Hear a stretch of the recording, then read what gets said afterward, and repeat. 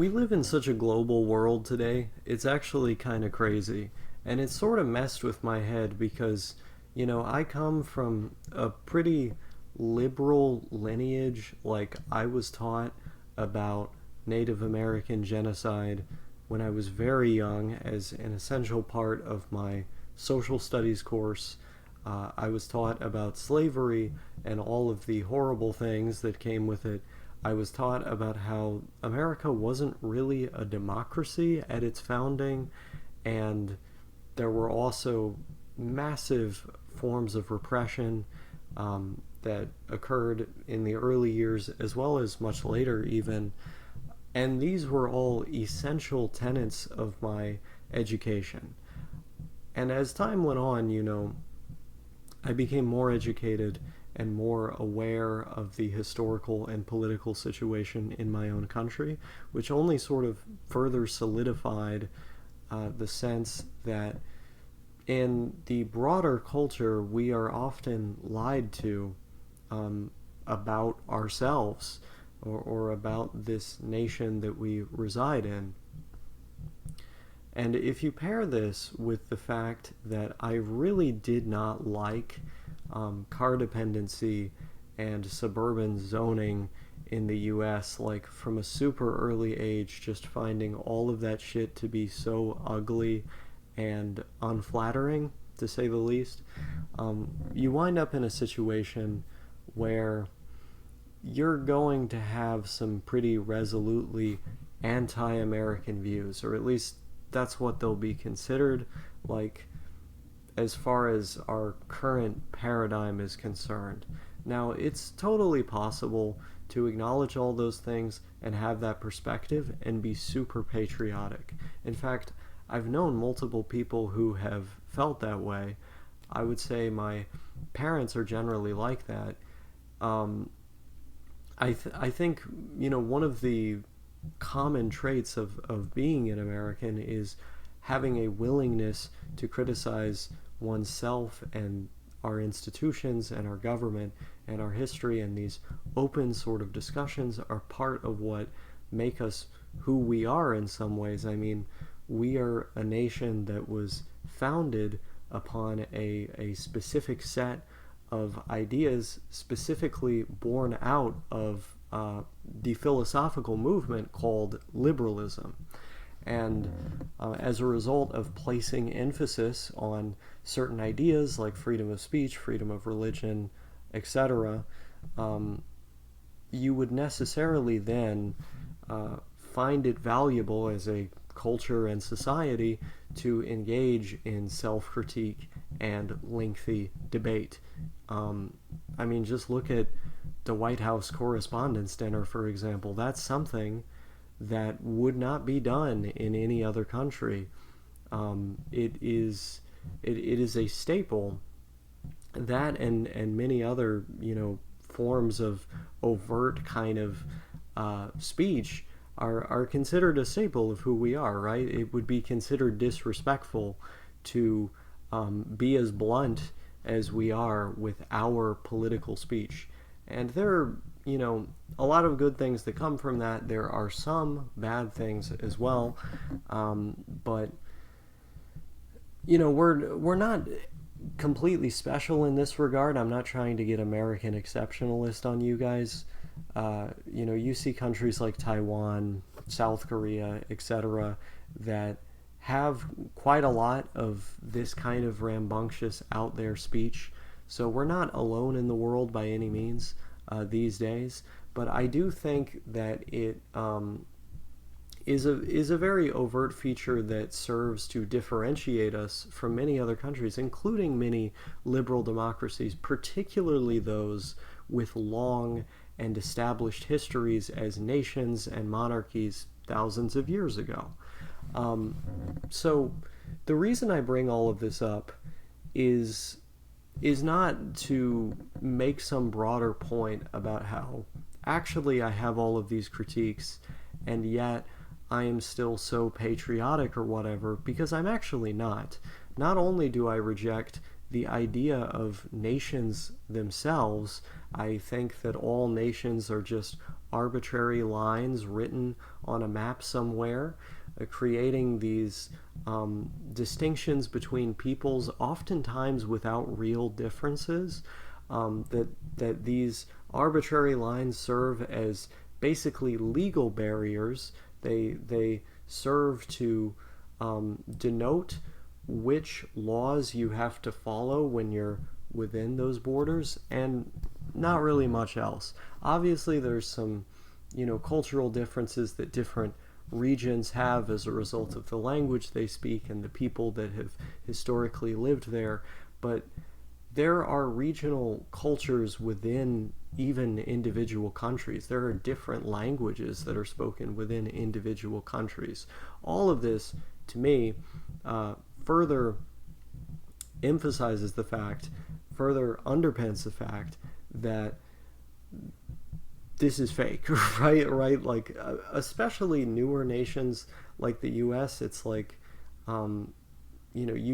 it's even harder to make arguments for them being real countries, quote unquote.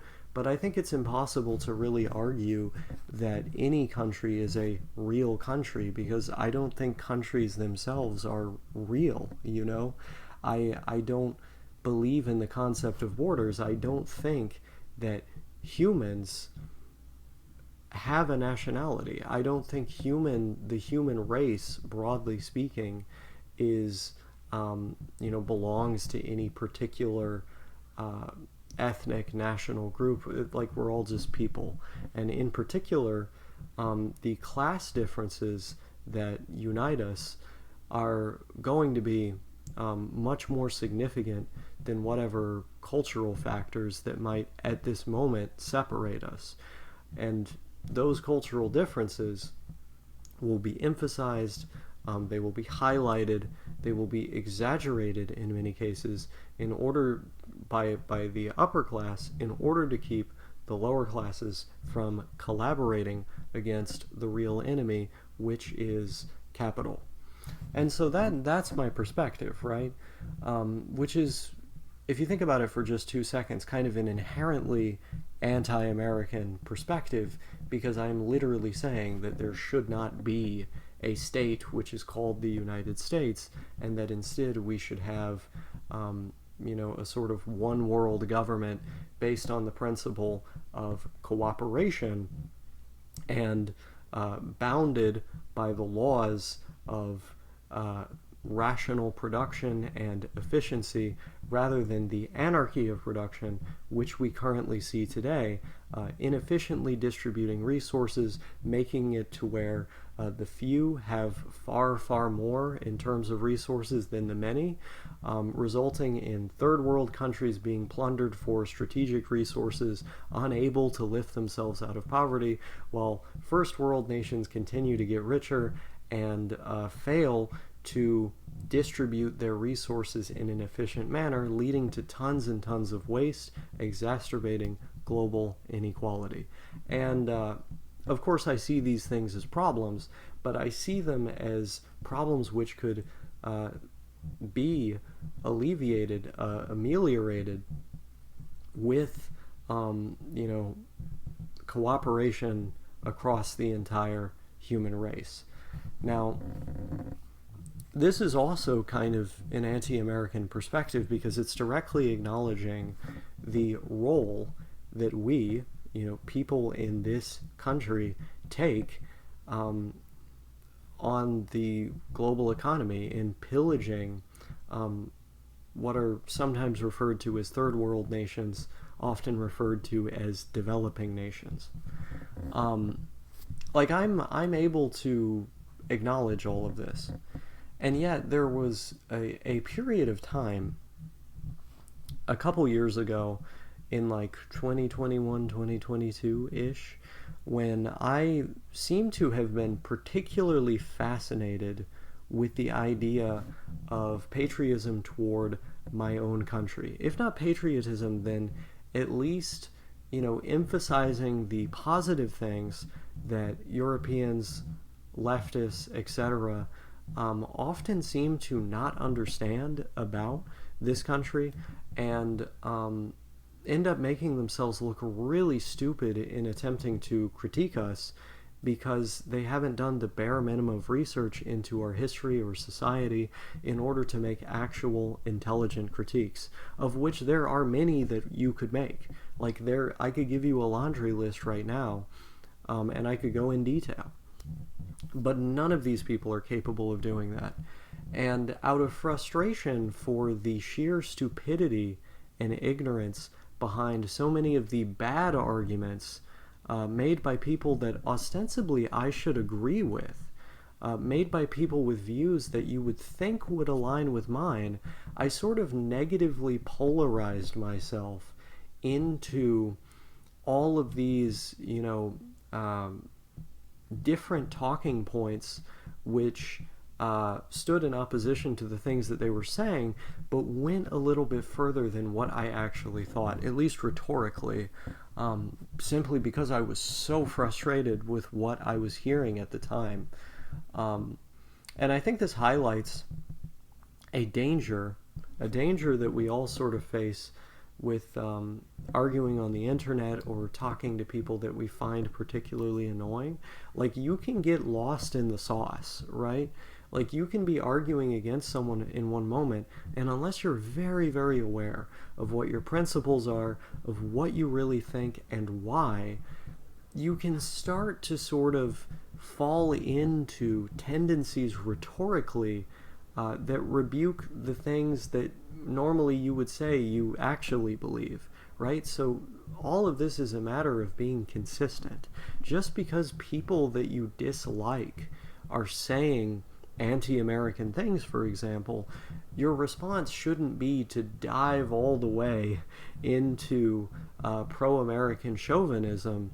It should be to intelligently respond to the things that are being said while still reaffirming your broad agreement with the positions, albeit for different reasons, for good reasons, ideally.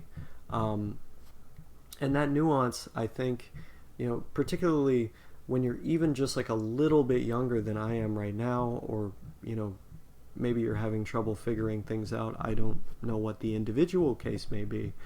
In my case, it was just frustration and naivety.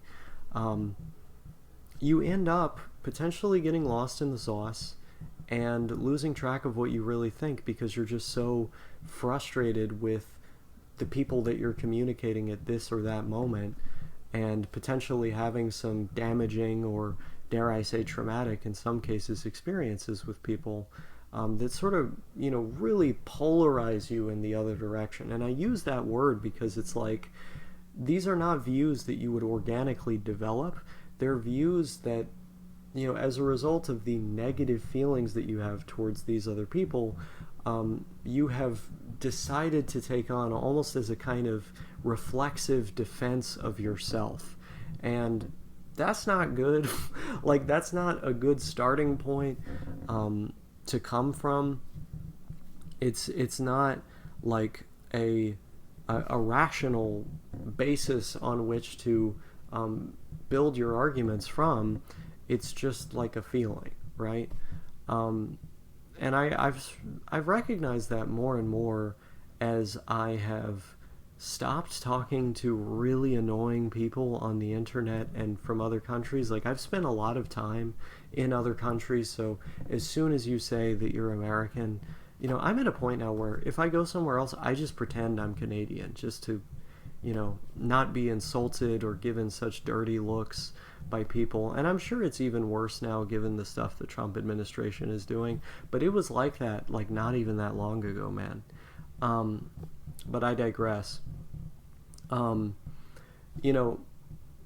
had this experience over and over and over of being treated like shit, insulted, giving these like disgusted, angry, in many cases, looks from people just because they noticed I was American. And it didn't matter if I was speaking their language or not. I could be speaking it with a bad accent or, having trouble or whatever, and, it would like kind of soothe the hatred that they had, but it's like, you'd be speaking to them in English and they were just like, I fucking hate this guy. Like, I hope this guy dies. It's like, that's the energy that they bring. Now, in Eastern Europe, when I was in Poland, I was treated like a fucking king by most people. Like as soon as they found out I was from America, they went from being these depressed, kind of droopy, sad Eastern European dudes to they have these huge smiles. They're so happy. They think it's so cool that I'm from the U.S. And you get treated like a celebrity in a way. You know, when you're in some of those Eastern European countries just for being American, which is very interesting.